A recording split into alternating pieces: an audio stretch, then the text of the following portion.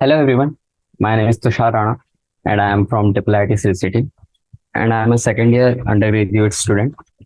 तो हमने अपना चैप्टर 6 स्टार्ट किया था। हमने इसके 3 लेक्चर कर चुके थे। तो थर्मोडायनेमिक्स चैप्टर में हमने मल्टीपल चॉइस क्वेश्चन 1 और शॉर्ट आंसर क्वेश्चन तक के हमने पूरे क्वेश्चंस कर लिए थे। आपने अच्छे से सॉल्व कर लिए होंगे सारे क्वेश्चन, और अगर वेरी लॉन्ग भी करने का ट्राई करा होगा तो अच्छी बात है। बाकी इस लेक्चर में हम ट्राई करेंगे पूरे वेरी लॉन्ग कर ले, ज्यादा है नहीं, चार पांच ही है, और उसके बाद में हम थोड़ा प्रैक्टिस क्वेश्चन देख लेंगे, क्योंकि थोड़ा हमें टाइम को पूरी तरीके से यूटिलाइज करना है। ओके, तो चलिए स्टार्ट करते हैं बिना किसी देरी के। वैसे भी वेरी लॉन्ग है तो थोड़ा टाइम लगता है, वेरी लॉन्ग टाइम क्वेश्चन कर लेते हैं। तो चलिए क्वेश्चन नंबर 58 से स्टार्ट। तो क्वेश्चन नंबर 58 पढ़ते हैं। Derive the relationship between delta H and delta U for an ideal gas. Explain each term involved in the equation. Okay. तो इस क्वेश्चन में हमें डेल्टा एच और डेल्टा यू के बीच में रिलेशन बताना है। ओके, तो ये यानी कि एक टाइप से बहुत बड़ा क्वेश्चन है। तो और ऊपर से इन्होंने बोल दिया कि हमें एकदम डिटेल में बताना है। ओके, तो चलिए स्टार्ट करते हैं। तो आपको डेल्टा एच और डेल्टा यू के बीच में रिलेशन पता होगी, तो उसे लिखने का ट्राई करते हैं। एक अपना था ना, P V to N R T वाला इक्वेशन, और उसी तरीके से इसकी एक इक्वेशन आती है। मिनट, मैं थोड़ा सेटअप कर लेता हूँ। हाँ, तो हमारी वो इक्वेशन क्या थी जो हमें निकालनी है, वो कुछ ऐसी आती है ना, delta H is equal to delta U plus delta N G R T. तो ये इक्वेशन हमें प्रूफ करनी है। ओके, ये हमें प्रूफ करनी है। तो देखिए, ये जो क्वेश्चन है थोड़ा सा लॉन्ग है। ओके, और पूरा यानी कि थोड़ा प्रूफ है इसमें, और एंड थ्योरी है थोड़ा सा। तो आपको अगर थ्योरी नहीं आती होगी तो थोड़ा दिक्कत होगा इस क्वेश्चन में, पर मैं ट्राई करूंगा कि आपको सब कुछ समझ आए। तो आपको पता है कि जो चेंज इन इंटरनल एनर्जी होती है वो इक्वल क्या होती है, हीट होती है, इक्वल टू, जैसे कि ये हो गया एट कांस्टेंट। अभी हम इंटरनल एनर्जी के बारे में बात करें, at constant volume. Constant volume पे अपनी डेल्टा यू की वैल्यू क्या आती थी, एन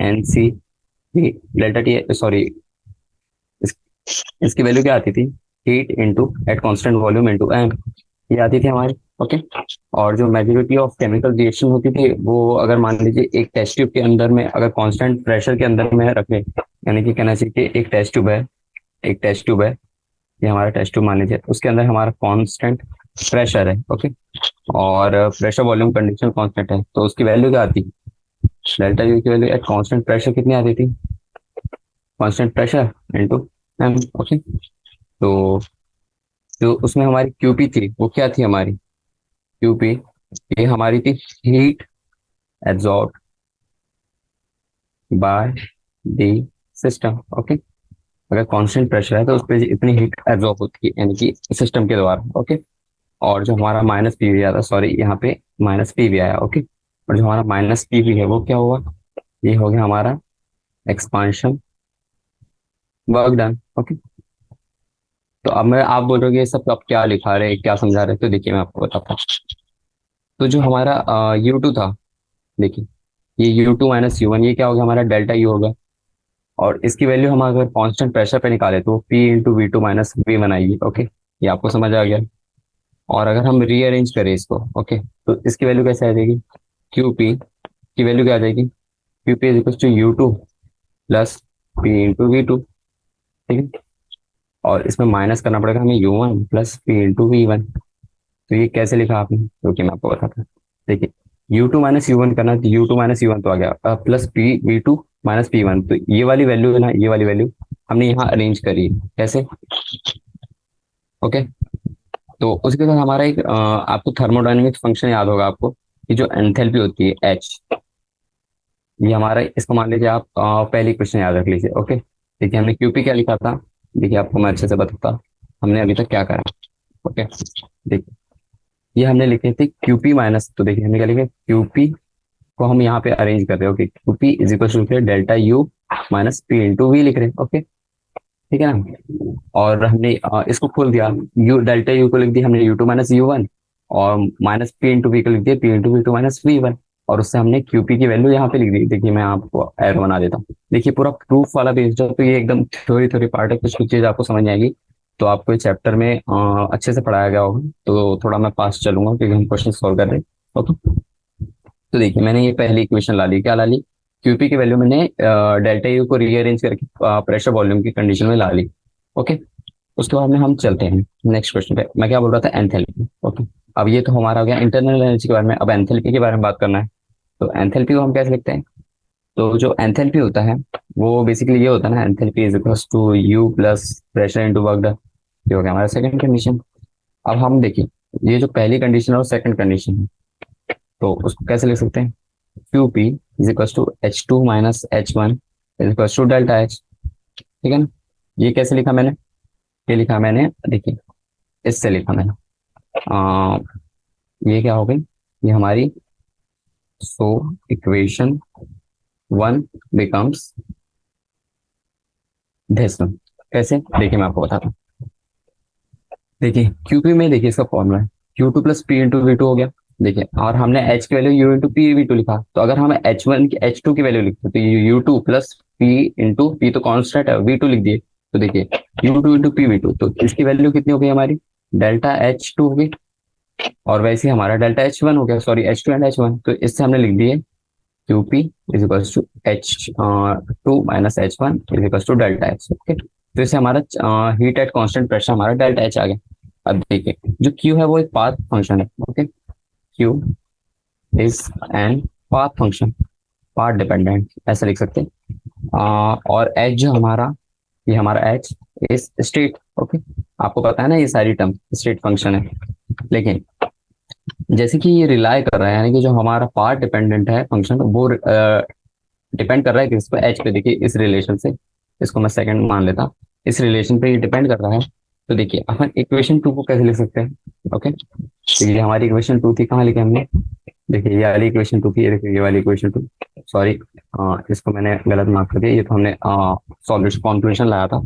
तो ठीक है, सेकंड इक्वेशन को हम इसी से कैसे लिख सकते हैं, देखिए ऐसे लिख सकते हैं, second equation can be written as, कैसे लिख सकते हैं, देखिए हम सब अभी डिफाइन करें, देखिए हमने अभी चेंज इन इंटरनल एनर्जी को प्रेशर एंड वॉल्यूम के फॉर्म में लाया। अब हम हीट को क्या कहते हैं, इंटरनल एनर्जी के फॉर्म में लाएंगे और उन दोनों को रिलेट करेंगे। तो हमें पूरा डिटेल में जाना है। ओके, तो इसलिए मैं थोड़ा अच्छे से बता रहा हूँ। फिर इसको डेल्टा यू के फॉर्म में लिख देंगे, क्योंकि हम देखिए डेल्टा एच को क्यूपी के फॉर्म में लिख सकते हैं, इसलिए हम ऐसे लिखेंगे, प्लस प्रेशर यहाँ पे अगर वेरिएबल करके डेल्टा पी इंटू भी लिख देंगे। ओके, और जैसे कि हमारे यहाँ पे प्रेशर कांस्टेंट है, सिंस प्रेशर आपको पहले ही बता दिया था, एक टेस्ट ट्यूब कंडीशन में प्रेशर कांस्टेंट ले रहे हैं, प्रेशर कांस्टेंट है, तो यहाँ पे डेल्टा एच की वैल्यू क्या आ जाएगी, delta U plus P into delta we. Okay, तो देखिए थोड़ा थोड़ा यू और एच एच के बीच में रिलेशन दिख रहा है, तो चलिए इसको थर्ड इक्वेशन मान लेते हैं। तो चलिए आगे चलते हैं। तो हम यहाँ से मेजर कर रहे हैं एंथैल्पी चेंजेस कब, जब हीट एब्जॉर्ब हो रही है सिस्टम के द्वारा एट कांस्टेंट प्रेशर। तो आप मान सकते हैं एट कांस्टेंट प्रेशर पे हमारी डेल्टा एच जो हीट निकाल रही है वो क्यूपी मान लेते हैं। Okay, heat absorb by the system eight constant pressure. Okay, और एच निगेटिव होगा क्योंकि एक्सोथर्मिक रिएक्शन हो रही है। ओके, और हीट पॉजिटिव होगा अगर वो एंडोथर्मिक रिएक्शन हो रही है। ओके, क्या बोला मैंने, H is equals to negative if exothermic, ये आपको पहले से बता दिया रहा, और एच की वैल्यू पॉजिटिव है। देखिए हमें सारी कंडीशन भी चेक करते जा रही है कि वो एक्सोथर्मिक है तब कैसा देगा, और अगर वो एंडोथर्मिक है तब वो कैसा देगा। ओके, देखिए क्वेश्चन थोड़ा लंबा है, इसे थोड़ा टाइम लगेगा, आपको पूरा एक एक टर्मिनोलॉजी से हमें, देखिए इसने बोला भी है explain each term involve in the reaction. Okay, तो देखिए तो इसी के साथ क्या हो रहा है, जो हमारा थर्ड वाला रिएक्शन है वो क्या बन जाएगा, जो हमारा यू है उसकी वैल्यू हम क्यू भी लिख सकते हैं एट कांस्टेंट वॉल्यूम। ठीक है, ये हमारा एट कांस्टेंट वॉल्यूम, तो अगर हमारा वॉल्यूम जीरो आ जाता है तो डेल्टा एच की वैल्यू क्या आ जाएगी। हम्म, देखिए अगर हमारा F volume equal to zero, constant volume मान लेते हैं, delta V equal to zero हो जाएगा, तो हमारा पी इंटू डेल्टा वी तो जीरो आ गया, तो डेल्टा एच की वैल्यू आ जाएगी डेल्टा यू, और डेल्टा की वी यू की वैल्यू एट कांस्टेंट वॉल्यूम कितनी होती है, क्यू इंटू वी। तो ये हमारा एट कांस्टेंट वॉल्यूम के बारे में बात होगी। अब चलिए, अब हम चलते हैं मेन पार्ट। ओके, अगर हम एक गैसियस रिएक्शन देखें, okay, if we see a gaseous reaction, अभी हम सब प्रूव कर रहे हैं इस क्वेश्चन में, तो देखिए बहुत लंबा चलेगा। ओके, तो देखिए अगर हम एक गैसियस रिएक्शन के पर्सपेक्टिव से देखें, तो उसमें देखिए अगर टोटल वॉल्यूम है अपना वी ए। ओके। और अगर ये सब हमारा गैसियस रिएक्टेंट्स का वॉल्यूम है, ये लिख सकते हैं volume of gaseous reactants. Okay. यानी प्रोडक्ट प्रोडक्ट फॉर्म नहीं हुआ है, उसके पहले के जो रिएक्टेंट थे उनका वॉल्यूम है। और वी भी हो गया हमारा वॉल्यूम ऑफ गैसियस प्रोडक्ट। देखिए हमारा रिएक्शन गैस के बीच में हो रहा है, तो हमारा रिएक्टेंट और प्रोडक्ट भी गैस के बीच में बनेगा। ठीक है। तो चलिए अब चलते हैं इसमें। हमें अब पहले वी आ गया, वी बी आ गया, तो आप समझ रहे होंगे कि मैं क्या करना चाह रहा हूँ। तो हमें पहले अब इसके नंबर ऑफ मोल्स भी देखना पड़ेगा, यानी कि अगर इनिशियल मोल्स कितने एन ए रहे, एन ए हमारे हो गए रिएक्टेंट के मोल्स, रिएक्टेंट मोल्स, और एन भी मान लेते हैं हम अपनी रिजल्टेंट, सेम चीज। अब हम यहाँ पे क्या लगाएंगे, गैस, सॉरी, गैस लॉ लगाएंगे। तो हमारा गैस लॉ क्या कहता है, P V is equal to N R T. ठीक है। तो चलिए दोनों रिएक्टेंट और प्रोडक्ट साइड में लगाते हैं। पी प्रेशर तो हमारा कांस्टेंट था, volume at A initial is equal to moles initial R into T. इससे हम अभी वॉल्यूम कैलकुलेट करेंगे। ओके। फिर हमारा हो गया P at V B is equal to N B R T, लिख दिया हमने। तो अब हम इन दोनों को जब इक्वेशन मान लीजिए 4 मान लेते हैं, इसको मान लेते हैं 5। तो 4 - 5 कर ले, सॉरी बड़ी वाली से पहले, यानी कि रिएक्टेंट साइड माइनस से रिजल्टेंट साइड माइनस कर लेते हैं। ओके। तो 4 कर लेंगे, तो इसका आंसर क्या आ जाएगा, प्रेशर कॉमन हो गया, V B minus V A ले लेते हैं, और उसकी वैल्यू कितनी आ जाएगी, N B minus N A into R T आ गई। ओके। तो हमने ये क्यों करा, अब देखिए इसको हम कैसे लिख सकते हैं, पी इंटू डेल्टा वी। देखिए चेंज इन वॉल्यूम आ गया हमारा रिएक्टेंट और प्रोडक्ट के बीच में। और हमारा ये जो हमारा N B minus N A, ये बेसिकली होता है हमारा डेल्टा एन जी, और इसको हम लिखेंगे आर टी। तो इसको हम मान लेते हैं अपनी equation number 5। Okay. Sorry, equation number 6 हो गई हमारी। तो देखिए हमारी बहुत सी इक्वेशन आई है, हमें सबको अभी अरेंज करना पड़ेगा। अब देखिए हम ऑलमोस्ट कंप्लीशन की ओर है। तो देखिए number of moles of gaseous product minus the number of moles of initial product. देखिए ये जो गैसियस प्रोडक्ट है उसके मोल्स और इनिशियल प्रोडक्ट के मोल्स को माइनस करते हैं, तो वो हमारा डेल्टा एन जी डिनोट करता है। ठीक है। तो आपने ये क्यों कैलकुलेट करा, देखिए अभी मैं बताता हूँ। तो ये देखिए डेल्टा एच हो गया ये हमारा, is equal to delta U. देखिए हमने कौन सी इक्वेशन से लाया था, बाय इक्वेशन थर्ड। ओके। यहाँ लिख लेते हैं using equation third and six. तो देखिए इक्वेशन थर्ड बोलता है delta U plus P into delta V, लेकिन हमने अगर हमारे पास जनरल कंडीशन की है, general general condition when we have volume, अगर हमारे पास वॉल्यूम्स गिवन है तो हम कैसे कैलकुलेट करेंगे। ओके। तो डेल्टा एच की वैल्यू क्या आ जाएगी, delta U plus pressure into volume की वैल्यू रख देंगे यहाँ पे, तो क्या आ जाएगा delta N G R T. और हमसे यही प्रूफ करवाया उसने, तो यहाँ पे लिख देंगे आप हेंस प्रूफ। ओके। और यहाँ पे क्या डिराइव करना है, तो हेंस डिराइव। तो इस तरीके से आपको स्टेप बाय स्टेप हर एक केसेस लेना है। अगर वो डेल्टा एच की वैल्यू अगर आपकी पॉजिटिव आ सकती है, निगेटिव आ सकती है, डिपेंडिंग ऑन द, यानी कि जो अपना कैरेक्टरिस्टिक्स ऑफ द रिएक्शन है। अगर वो एक्सोथर्मिक आ रहा है तो वो अपना निगेटिव आ जाएगा, और अगर एंडोथर्मिक है तो पॉजिटिव आ जाएगा हीट की वैल्यू। ओके। और वो हमारी हीट क्या हो रही है, देखिए मैंने यहाँ लिखा है, अभी कहाँ पे लिखा है, यानी कि सिस्टम के द्वारा जो एब्जॉर्ब हुई वो हीट के बारे में बात करेंगे। ओके। तो चलिए इसी के साथ हमारे अलग क्वेश्चन होता है कंप्लीट। नेक्स्ट क्वेश्चन पे आते हैं, क्वेश्चन नंबर 59 का आता है मेरे को। तो देखिए क्वेश्चन नंबर 59 बोल रहा है extensive property depends on the quantity of metal but intensive property do not. Okay. Explain whether, ये देखिए ये हमारी पूरी ये जितने भी क्वेश्चन पूरे बुक के हैं एक टाइप से, यानी कि अगर आपने चैप्टर से पढ़ा होगा तो आपको कोई दिक्कत नहीं आएगी, आप अपने वर्ड में इजीली एक्सप्लेन कर सकते हैं। ठीक है। तो चलिए यहाँ पे ट्राई करते हैं, explain whether the following properties are extensive और इंटेंसिव। ओके। और हमारे पास प्रॉपर्टीज दी है, मास, इंटरनल एनर्जी। ओके। तो हमें पहले डिफाइन करना है कि एक्सटेंसिव प्रॉपर्टी और इंटेंसिव प्रॉपर्टी के बीच में डिपेंडेंस बताना है। चलिए देखते हैं। देखिए थर्मोडायनेमिक में एक एक्सटेंसिव और इंटेंसिव प्रॉपर्टी की प्रॉपर्टी होती है। ओके। तो एक्सटेंसिव प्रॉपर्टी क्या होती है, पहले ये लिख देते हैं, एक्सटेंसिव प्रॉपर्टी। तो हमारी जो एक्सटेंसिव प्रॉपर्टी होती है वो प्रॉपर्टी होती है जो प्रोपोर्शनल होती है amount of size of matter in the system. यानी कह सकते हैं एक्सटेंसिव प्रॉपर्टी कह सकते हैं डी प्रॉपर्टी विच फिर और whose वैल्यूज, क्योंकि हमारी अगर कोई न्यूमेरिकल वैल्यू जैसे कि जी हो गया, उसका कुछ वैल्यू आता है, तो उनका जो वैल्यू है is proportional proportional to amount और साइज ऑफ मैटर।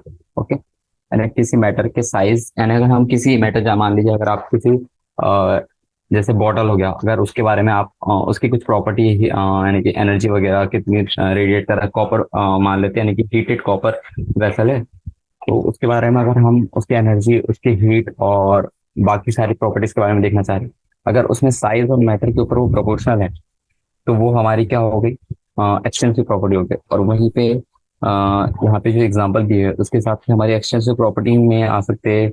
एग्जांपल ले लेते हैं, यह मास देखिए, पूरा मास पे डिपेंड ही कर रहा, वॉल्यूम हो गया, comma internal energy, volume internal energy volume पे डिपेंड करती है ना, कॉमा एंथैल्पी, अभी देखिए हमने एंथैल्पी तो पूरा पूरा डिपेंड कर रही है।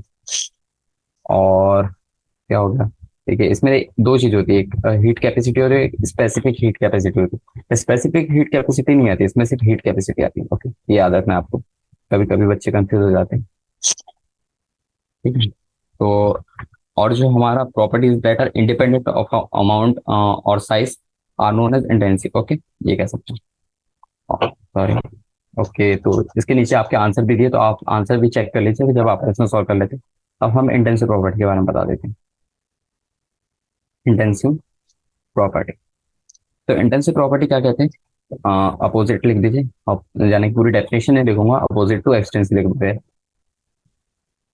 और इसको अगर आप और इजी टर्म में लिख सकते हैं, इंडिपेंडेंट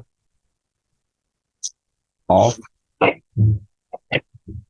अमाउंट और साइज, और ये किसका, ऑफ मैटर जो हम ले रहे हैं।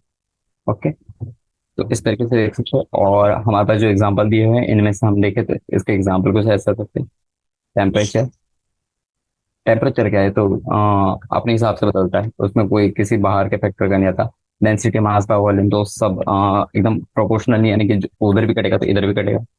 प्रेशर ले लेते हैं। ओके, और अगर हम देख ले अब मोलर प्रॉपर्टी, अगर हम एक मोलर की बात करें, यानी कि एक्सएम, जो मैंने बताया था आपको, स्पेसिफिक हीट हो गया, मोलर हो गया, एकदम मोलर, यानी कि अगर सिर्फ आप किसी के मोल से निकाल रहे हो, वो नहीं, अगर 1 मोलर पे आपकी इतनी पीपीएम आ रहा है या फिर वो आ रहा है, वो चीज के बारे में बात कर रहे हैं, वो भी हमारा क्या आता है, हमारा एक्सटेंसिव प्रॉपर्टी आता है। लेकिन अगर हम मोलर बात कर ले, वहाँ स्पेसिफिक बात कर ले, तो हमारा इंटेंसिव प्रॉपर्टी के अंदर आ जाता है। ओके, तो इससे कर सकते हैं। और क्या बोला है, वो depend on the quantity of metal by temperature, तो ठीक है, ये हमने एक्सप्लेन कर दिया। बट इतना इंटेंसिव, ओके। और एक चीज बता दो आपको, जो हमारा इंटेंसिव प्रॉपर्टी होता है वो रेशियो होता है टू एक्सटेंसिव प्रॉपर्टी का। क्या बोला मैंने, नोट, अगर हम एक्सटेंसिव अपॉन एक्सटेंसिव कर दे तो उसकी वैल्यू हमारी इंटेंसिव आती है। ओके, तो ये सारी टर्म आपने पढ़ी होगी, और बहुत से प्लस माइनस में, जैसे कि मैं एग्जांपल दे देता है इसका। अगर आप मोल फ्रैक्शन की बात करें, मोल फ्रैक्शन आपको पता है ना, मोल फ्रैक्शन क्या होता है, moles upon total number of moles. ठीक है, तो देखिए मोल्स तो हमारा क्या एक्सटेंसिव प्रॉपर्टी है, लेकिन देखिए यहाँ एक्सटेंसिव आ गया, यहाँ एक्सटेंसिव आ गया, तो आंसर क्या आ जाएगा, इंटेंसिव आ जाएगा, क्योंकि वो फ्रैक्शन देता है ना, और वो किसी पे डिपेंड नहीं करता, सिंपल वैल्यू आती है आपको। ठीक है, तो इस तरीके से आप देख सकते हैं। तो हमारे दो क्वेश्चन हो गए। तो हमारा 58 हो गया, 59 हो गया, क्वेश्चन नंबर 60 की ओर चलते हैं। और तीन ही क्वेश्चन बचे हैं, तो जल्दी जल्दी खत्म करेंगे, और फिर प्रैक्टिस क्वेश्चन है मैंने आपके लिए प्रिपेयर करके रखे, तो वो सॉल्व करेंगे। ओके, तो क्वेश्चन नंबर 60 पढ़ लेते हैं, क्या बोल रहा है। The lattice enthalpy of an ionic compound is the enthalpy when 1 mole of an ionic compound present in its gaseous state dissociate into its ions. Okay, it is impossible to determine it directly by experiment.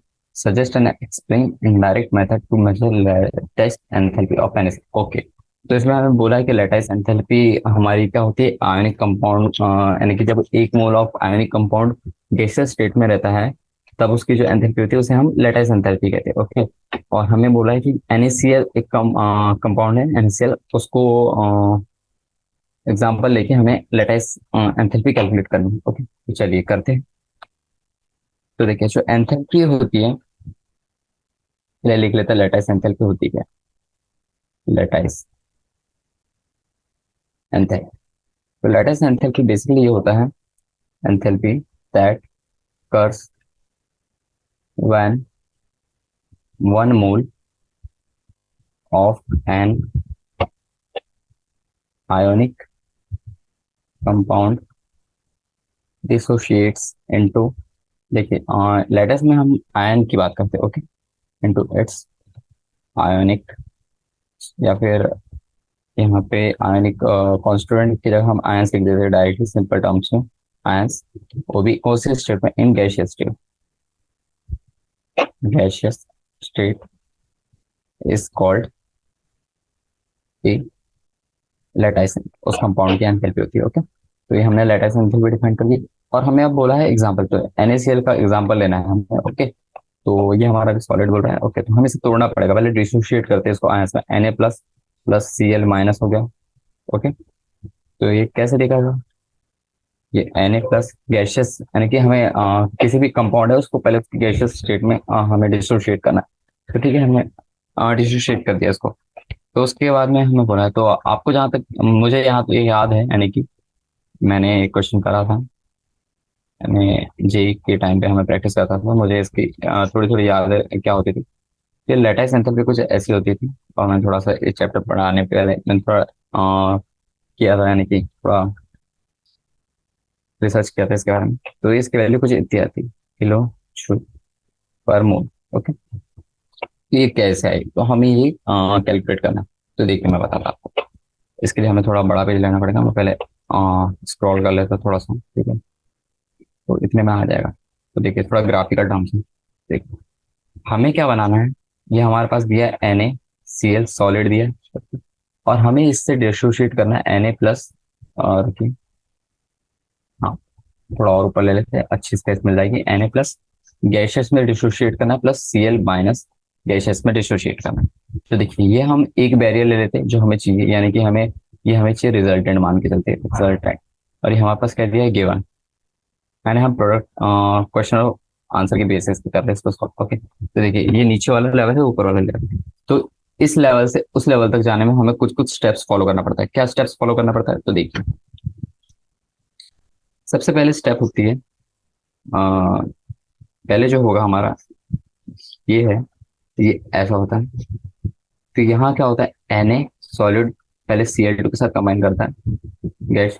तो ये देखिए ये reaction कैसे हो जाएगी, delta H formation, ठीक है। ये फॉर्मेशन की रिएक्शन होती है।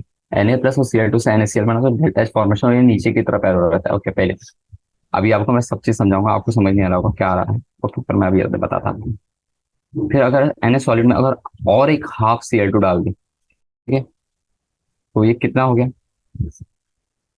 Delta H sublimation, okay. ये सब्लिमेशन एनर्जी है, ठीक है। और उसके बाद में देखिए कैसे बोला मैंने, देखिए सॉलिड है, सॉलिड से आप जब गैस जाते हैं तो उसमें देखिए आपकी वेपोराइजेशन, और उसके पहले क्या आता है, सॉलिड से लिक्विड में कन्वर्ट करेंगे आप, तो उसको क्या कहते हैं अपना और लिक्विड से गैसियस में, तो उन दोनों को कंबाइनली हम कहते हैं सब्लिमेशन एनर्जी। जो एनर्जी हम प्रोड्यूस करते हैं यानी प्रोवाइड करते हैं उसको सॉलिड से गैस में जाने की, ओके। अब इसके बाद में हमें आयंस में तोड़ना पड़ेगा इसे। तो आयंस में तोड़ने के लिए हमें कौन सी एनर्जी देनी पड़ेगी, delta H of ionization energy, कैसे। तो देखिए अगर उसके पास Na प्लस गैसियस चार्ज बनाना चाह रहा है प्लस हाफ ऑफ Cl2 से, ओके, तो उसको अपना एक इलेक्ट्रॉन देना पड़ेगा तभी वो ऐसा दे सकता है। और उसके बाद में हमें उसे फिर गैसियस फॉर्म में कन्वर्ट करना है। तो उसके बाद में हमें बॉन्ड बनाना है Na और Cl के बीच में। तो हाफ ऑफ, लेकिन तोड़ना पड़ेगा ना उसमें, हाँ बॉन्ड, ठीक है। यानी कि Cl2 के बॉन्ड तोड़ना है हमें, और हमारे पास एक Cl को तोड़ने की बॉन्ड एनर्जी होगी H, और यहाँ पे हम आधा ही Cl2 ले रहे हैं तो हाफ कर देंगे, ओके। तो आपको थोड़े से सबस्क्रिप्ट भी देखते जाना है। फिर यहाँ से यहाँ था आगे, फिर यहाँ पे Na प्लस गैसेस बनाएंगे फिर, और उसके बाद में Cl माइनस बनाएंगे गैसेस। तो हमारा हमने यहाँ पे पहले पूरी सॉलिड से उसको गैस में कन्वर्ट करा, फिर आयन में कन्वर्ट करा, फिर उसके बाद में दोनों को तोड़ दिया, Na प्लस अलग तोड़ दिया, Cl माइनस अलग तोड़ दिया। थोड़ा सा मैं इधर राइट शिफ्ट करता है इसको, क्योंकि अभी लेफ्ट का पार्ट हो गया, ओके ठीक है। तो देखिए दोनों गैसेस फॉर्म में आ गए और दोनों आयन के फॉर्म में, तो इसमें जो एनर्जी लगती है इनको बनाने में उसको लेते हैं। क्योंकि देखिए यहाँ पे जब आप यहाँ से देखिए Na से Na प्लस जा रहे हैं तो आयनाइजेशन एनर्जी लगेगी क्योंकि आपने इलेक्ट्रॉन दिया। लेकिन यहाँ पे देखिए Cl माइनस बन गया, यानी इसने इलेक्ट्रॉन लिया, तो यहाँ पे इलेक्ट्रॉन गेन एंथैल्पी लग जाएगी। ओके, और ये निगेटिव आती है। अब उसके बाद में ये सब हो गया। अब यहाँ से ये यहाँ से यहाँ तक पहुंचने में जो एनर्जी लगी, यानी जो एंथैल्पी लगी, जो हीट निकली, उसे ही हम कहते हैं लेटाइस। ठीक है, या तो आप यहाँ से यहाँ तक डायरेक्ट निकाल लीजिए या फिर ये पूरा सर्कल फॉलो कर लीजिए, तो आपको इस तरीके से आंसर आ जाएगा। यानी कि पहले आपको क्या करना है, देखिए मैं आपको स्टेप बाय स्टेप, अभी तो मैंने आपको ये ग्राफ के फॉर्म में बताया, अब देखिए मैं बताता हूँ step by step, step wise. तो पहले आपको क्या करना है, तो पहले क्या करना है, सबसे पहली स्टेप लिखते हैं। सबसे पहले स्टेप लिखेंगे हम, सोडियम सॉलिड रहा हमारे पास, उससे हमने सोडियम को पहले गैस बनाया, सबसे पहला स्टेप। तो इसमें हमें क्या लग रहा है कि sublimation mason of sodium. Okay, तो देखिए मैंने ये देखिए पहली रिएक्शन में सोडियम से सोडियम का सॉलिड से गैसेस फॉर्म कन्वर्ट करा। तो इसकी वैल्यू कुछ इतनी थी, ये सारी वैल्यूज मैंने देख रखी थी। ओके, तो मैंने अपने पास डेटा लिख रखा था, इतना तो याद नहीं रहता मुझे भी। तो ये 496 किलो जूल पर मोल।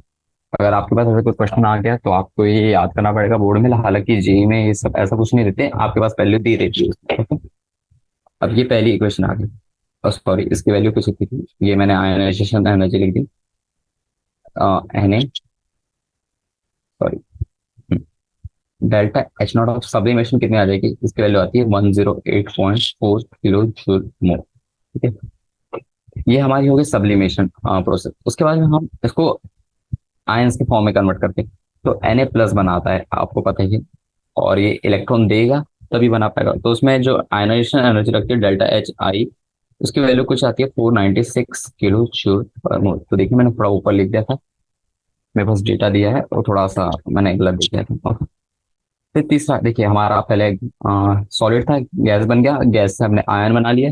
अब आयन के बाद में हमें अब ये तो सॉलिड का फॉर्म, सॉलिड का हो गया, सॉलिड आयन तक पहुंच गया। अब Cl2 के बारे में बात करना है, तो हमारे पास हाफ Cl2 था, अब उसे हमें Cl गैसेस बनाना है, लेकिन हमारे पास आधा था, हमें सिर्फ एक ही लेना है, यानी कि एक ही लेना है ना।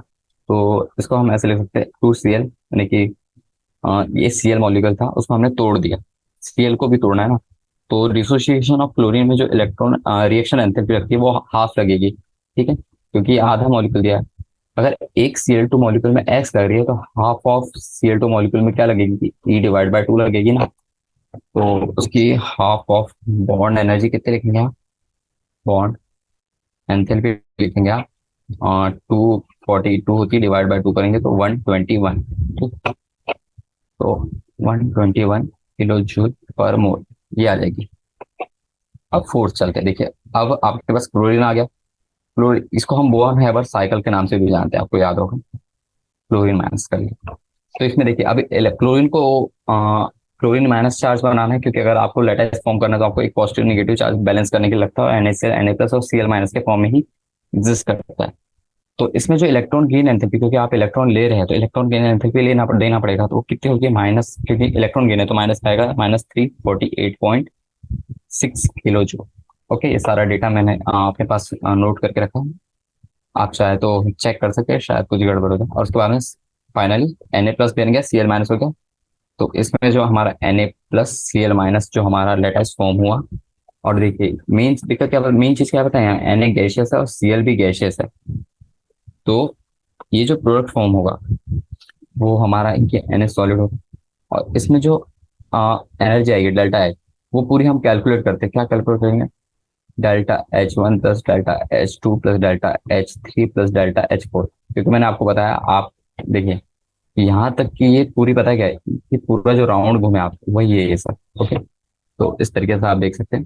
तो आप जब इसे कैलकुलेट करेंगे तो आपकी लेटाइस एंथैल जो आती है, डेल्टा लेटाइस H0 इस इक्वल टू आती है प्लस में आती है 788 किलो जूल पर मोल। ओके, तो इस तरीके से आपको किसी भी क्वेश्चन को सॉल्व करना है, अगर आपके पास लेटेस्ट एंथैल्पी निकालने को बोल दिया है। ओके, तो इसी के साथ हमारा क्वेश्चन नंबर 60 कंप्लीट होता है। क्वेश्चन नंबर 61 की ओर आते हैं।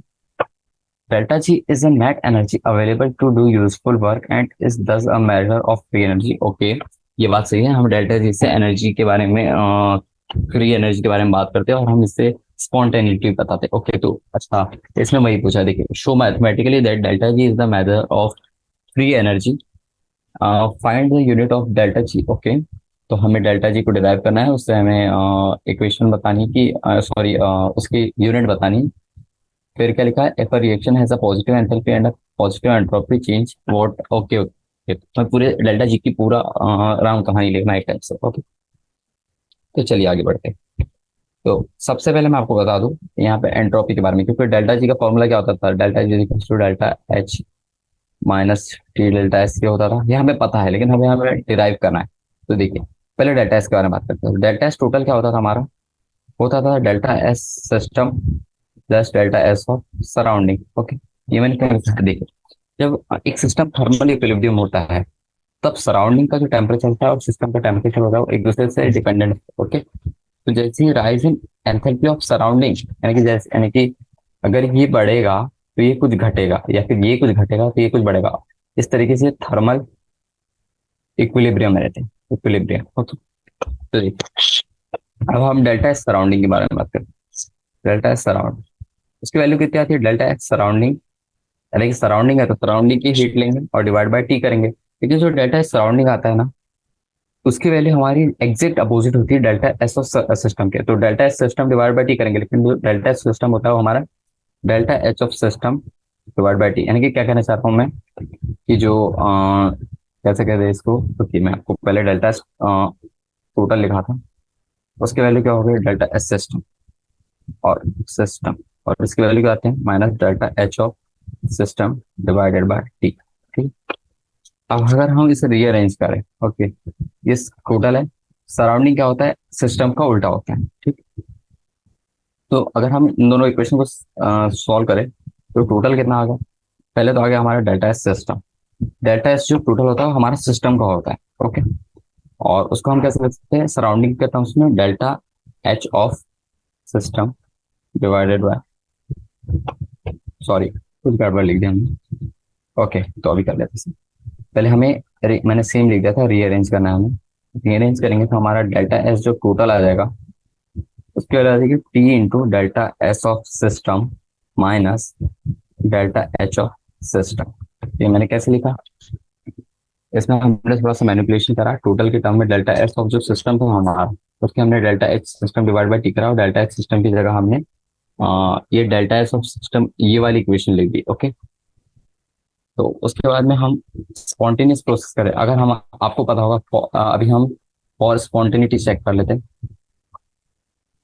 अगर हम स्पॉन्टेनिटी के बारे में बात करें तो हमारा जो डेल्टा एस आता है, डेल्टा एस टोटल, उसकी वैल्यू ग्रेटर देन जीरो आती है। तो उसी से हमारा T delta S of system, T delta S of system minus delta H of system, ये हीट है उसके द्वारा निकली गई, उसकी वैल्यू ग्रेटर देन जीरो आ गई। तो उसके साथ में कहेगा minus delta H of system minus T times delta S of system की वैल्यू क्या आ जाएगी, ये पूरी देखिए माइनस में लेके, इसकी वैल्यू देखिए माइनस माइनस लेके ग्रेटर देन जीरो आती है इसकी वैल्यू। ओके, तो ये मैंने क्या लिखा, तो देखिए, डेल्टा जी क्या होता है, delta H minus T times delta S, और अगर हम इसमें से पॉजिटिव निकालें तो जो हमारी टर्म आ रही है, ठीक है, तो ये बेसिकली अगर हम इसे नेगेटिव कर ले तो इसकी वैल्यू आती है delta G minus greater than zero. इसको हम ऐसे लिख सकते हैं ना, डेल्टा जी की वैल्यू ग्रेटर देन जीरो आ गई। तो अगर हम इसको अच्छे से लिखें तो ये डेल्टा जी की वैल्यू क्या होगी, delta H minus T times delta S, और उसकी वैल्यू लेस देन जीरो आ गई। और आपको पता है when delta H of system, यहाँ पे क्या है, is enthalpy change of reaction, और T delta S system is the energy which is not available to do. Okay, तो इससे हमें क्या पता चलता है, अगर delta G less than zero, then process, या फिर ऐसे लिख सकते हैं, रिएक्शन इज स्पॉन्टेनियस। और अगर हमारा इफ डेल्टा जी की वैल्यू ग्रेटर देन जीरो आ गई तो reaction is non spontaneous. Spontaneous. और अगर हमारी डेल्टा जी की वैल्यू इक्वल्स टू 0 है तो हमारा क्या होता है, रिएक्शन इन इक्विलिब्रियम, वो कहीं नहीं जाएगी, वहीं स्थिर रहेगी। और यूनिट के बारे में पूछा है तो unit of delta G is equal to होती है हमारी जूल, क्योंकि एनर्जी का फॉर्म है तो जूल में आएगी। और एक चीज मैं आपको नोट लिखा दूं, ये अच्छी चीज है, जो रिएक्शन होती है, the reaction will be spontaneous. अगर आपके पास मान लीजिए दो रिएक्शन दी है और उसके बारे में बोला कि कौन सी ज्यादा रिएक्शन है, और दोनों क्या कहते हैं, दोनों का डेल्टा जी लेस देन 0 है, तो आपको टेम्परेचर से देखना है एट हाई टेम्परेचर।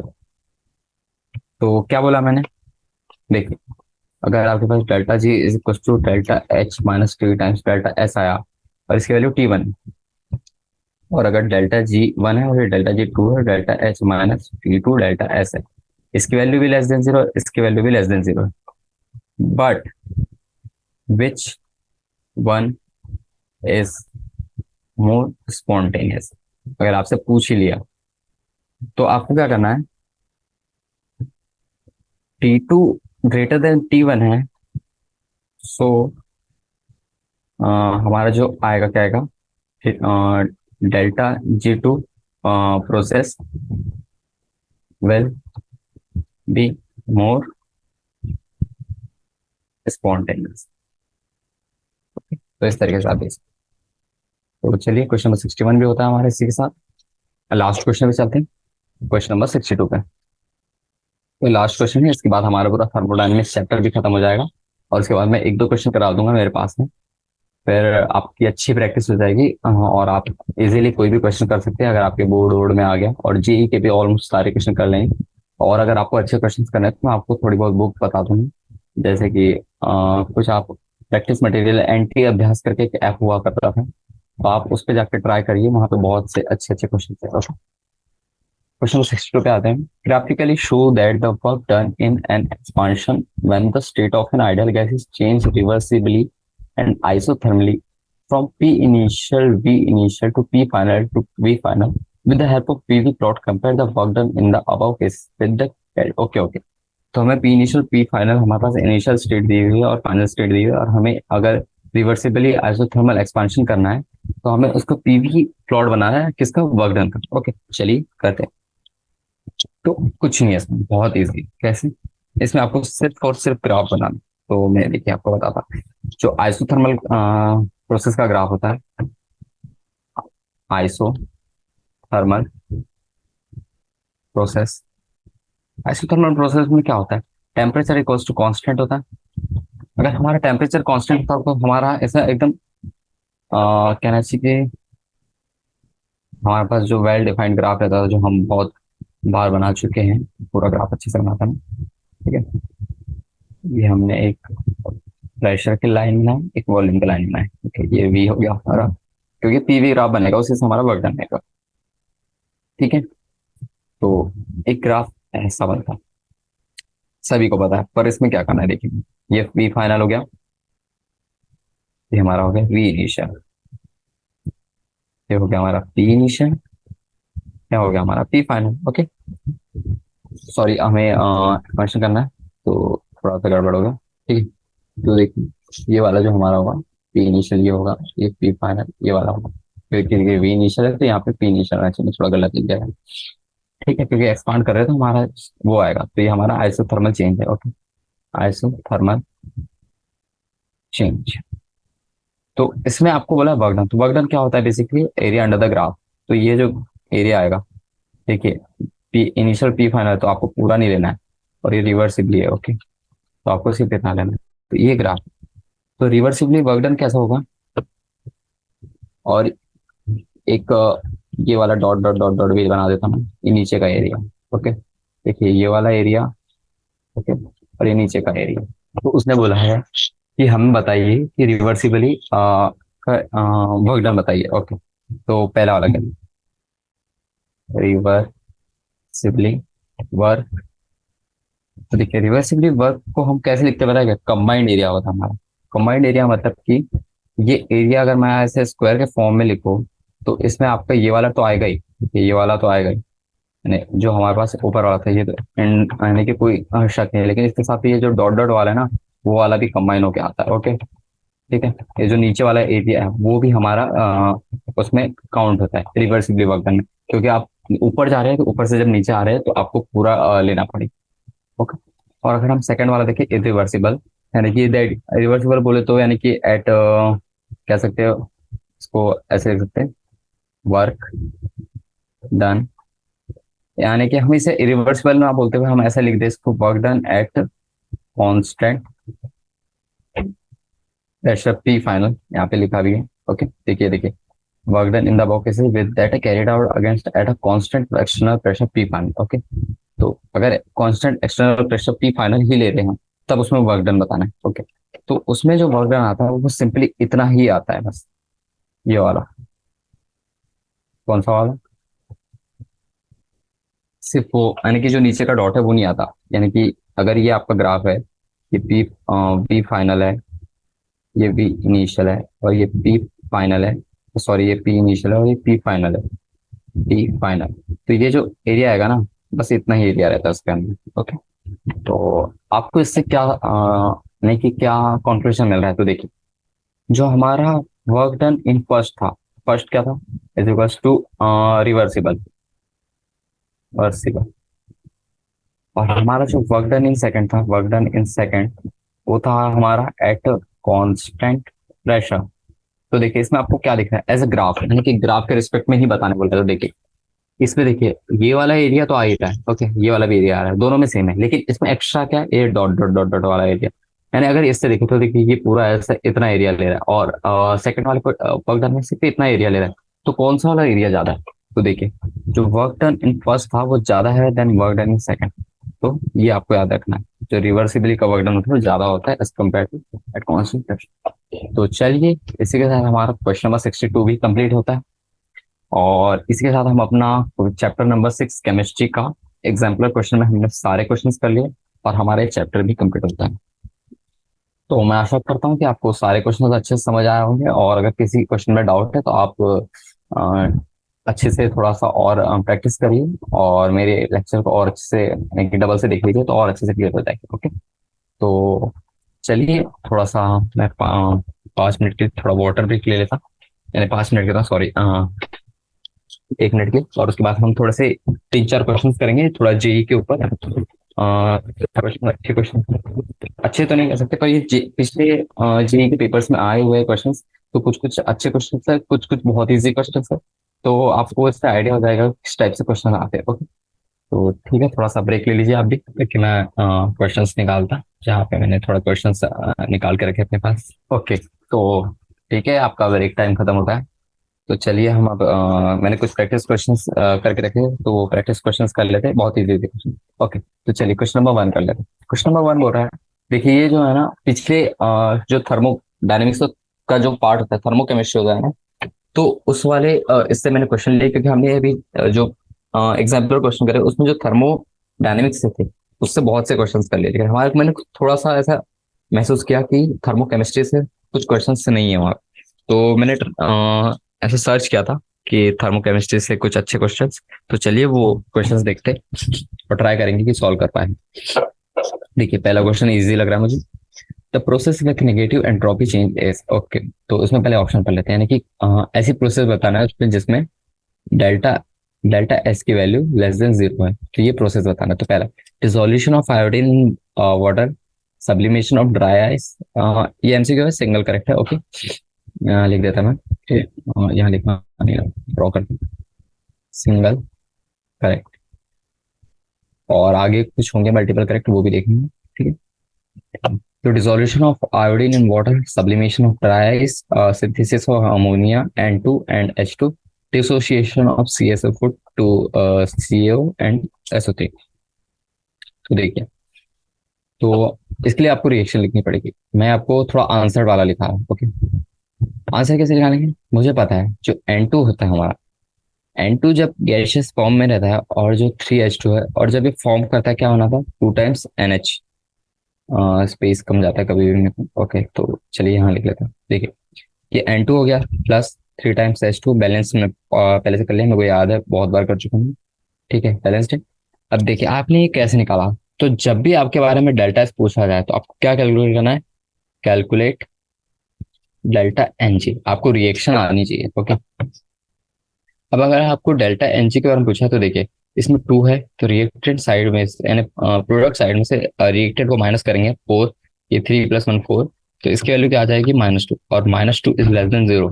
तो देखिए सिंगल करेक्ट है, तो मेरे को ये रिएक्शन याद थी तो मैंने डायरेक्ट इसे उठा लिया, और मुझे इसका आंसर दिख रहा है 3, delta S less than 0 for this. तो इसकी एंट्रोपी जो होगी वो कम होगी, entropy is negative. Okay, entropy वही देता है हमारा, यानी कि हाँ रिएक्शन फॉरवर्ड होगी या फिर बैकवर्ड होगी, उसके बाद में रैंडमनेस के बारे में बताता रहा। ओके, तो थर्ड वाला ऑप्शन करेक्ट। नेक्स्ट क्वेश्चन की ओर देखते हैं, question number second. The standard enthalpy of formation of NH3 is -46 kilojoule पर मोल if the enthalpy of formation of H2 from its atoms is इतना इतना and that of N2 भी इतना दिया, तो average bond enthalpy of NH bond. Okay, तो देखिए एक क्वेश्चन करते हैं, क्वेश्चन नंबर सेकंड। तो देखिए मेरे पास सारी वैल्यू दी है, मैं उसी को यहाँ रिपीट नहीं करूंगा। तो देखिए, तो पहले रिएक्शन लिख लेते हैं सबसे पहले, तो N2 plus H2 giving you NH3, और हमें क्या बताना है, स्टैंडर्ड एंथैल्पी ऑफ फॉर्मेशन, तो हमें NH3 का एक ही मोल फॉर्म करना है। तो अगर हम इसे बैलेंस करें, देखिए जैसे कि पहली वाली रिएक्शन थी, अगर हम इसे डिवाइड बाय 2 करें तो हमारा 1 NH3 आ जाता है, तो डिवाइड बाय 2 कर दीजिए, यहाँ 3 था तो 3 डिवाइड बाय 2 कर दीजिए। तो देखिए, तो जो हमारे डेल्टा HF ऑफ फॉर्मेशन आता है ऑफ NH3, ओके, वो कितना आता है, पहले तो हम हाफ ऑफ बाइंडिंग एनर्जी, क्योंकि हम बाइंड कर रहे हैं ना, अगर फॉर्म करना है तो हम N2 और H2 को बाइंड करना पड़ेगा, तो बाइंडिंग एनर्जी ऑफ N2 को लिखेंगे क्योंकि आधी लेना है, और हमारे पास एक की दी हुई है, और प्लस 3/2 बाइंडिंग एनर्जी ऑफ किसकी लिखेंगे हम, ऑफ H2 लिखेंगे, और उसमें से हम माइनस क्या करेंगे, माइनस करेंगे 3 times binding energy of NH। क्या है, क्या लिखा मैंने, मैं बताता आपको। देखिए जो हमारा नाइट्रोजन हो गया, देखिए वो कुछ ऐसा बनता है, हाइड्रोजन हाइड्रोजन हाइड्रोजन। ठीक है, देखिए ये 3 बॉन्ड्स जो फॉर्म हुए, इन बॉन्ड को इन बॉन्ड को फॉर्म होने में 3 बार, यानी कि एक NH बॉन्ड की इतनी एनर्जी, दूसरे की, ये तीसरे की, जैसे हम 3 टाइम्स लिखेंगे। ओके, और बाकी समय हमें तोड़ना सेम मॉलिक्यूल्स है, तो देखिए 3/2 इतने मॉलिक्यूल्स डायरेक्ट H2 की दी हुई है ना, हमारे पास देखिए किसकी दी हुई है, बाइंडिंग एनर्जी ऑफ NH3, देखिए कहाँ गया बाइंडिंग एनर्जी। ओके, देखिए NH बॉन्ड की बताना है हमें, NH3 की नहीं बताना है, हमें NH की बताना है, तो हमें N और H की बाइंडिंग एनर्जी लेनी पड़ेगी। ओके, ठीक है, और हमारे पास फॉर्मेशन दिया हुआ है, तो हमारे पास यानी कि रिजल्टेड साइड दिया हुआ है, हमें कुछ नहीं दिया हुआ है उससे निकालना है। तो देखिए फॉर्मेशन कितना दिया हुआ है, -46 is equal to half of कितना दिया हुआ है, 712 दिया है माइनस में। ओके, प्लस कितना दिया हुआ है, 3/2 into 436 minus 3 times of binding energy of NH, जो कि हमें निकालना है। ठीक है, तो जब आप इसे कैलकुलेट करेंगे, आप कैलकुलेशन पार्ट में आप पे छोड़ रहा हूँ, बाइंडिंग एनर्जी ऑफ NH। ठीक है, NH का हमको बाइंडिंग एनर्जी निकालना है, तो वो कितना आ जाएगा, ये कुछ ऐसा आता है 1056, तो बस आपको डिवाइड करना है।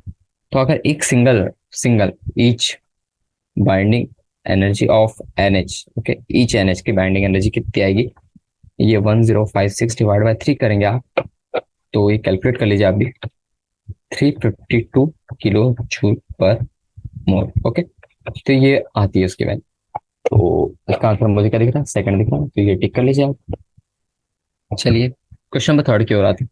The enthalpy change for a reaction does not depend upon, okay, तो वो पूछना चाह रहा है कि जो एंथैल्पी चेंज है वो किस पे डिपेंड नहीं करता।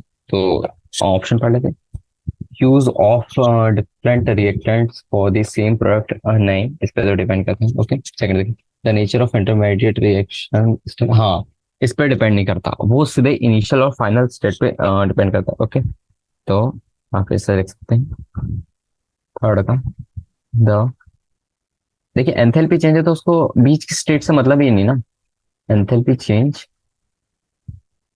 Do not depends upon nature of intermediate steps. Okay, देखिए बीच के कोई भी स्टेप्स पे डिपेंड नहीं करता, तो इसका आंसर क्या हो जाएगा, सेकंड। ठीक है, क्वेश्चन नंबर 4 देखते हैं, ट्राई करेंगे कि और एक क्वेश्चन कर लें और फिर हम बाइंड अप करेंगे। ओके, आज हमने क्वेश्चन ज्यादा नहीं करे पर अच्छे क्वेश्चन करे और अच्छे से हमारी प्रैक्टिस भी हो गई। Question number 4, identify the correct statement regarding a spontaneous process. For spontaneous process in an acceleration, the change in entropy is positive. Okay. और क्या लिखा है, endothermic process are never spontaneous. Endothermic यानी कि डेल्टा एच की value हमारी यहाँ हो गई पॉजिटिव। ओके, तो ऐसा नहीं है, डेल्टा एच की वैल्यू अगर वो हमें बताता कि ऐसा ऐसा है तो सेकंड और थर्ड से तो हम क्वेश्चन नंबर 4 के बारे में हम कुछ बता नहीं सकते, तो वो दोनों तो अभी सही नहीं लग रहे मुझे।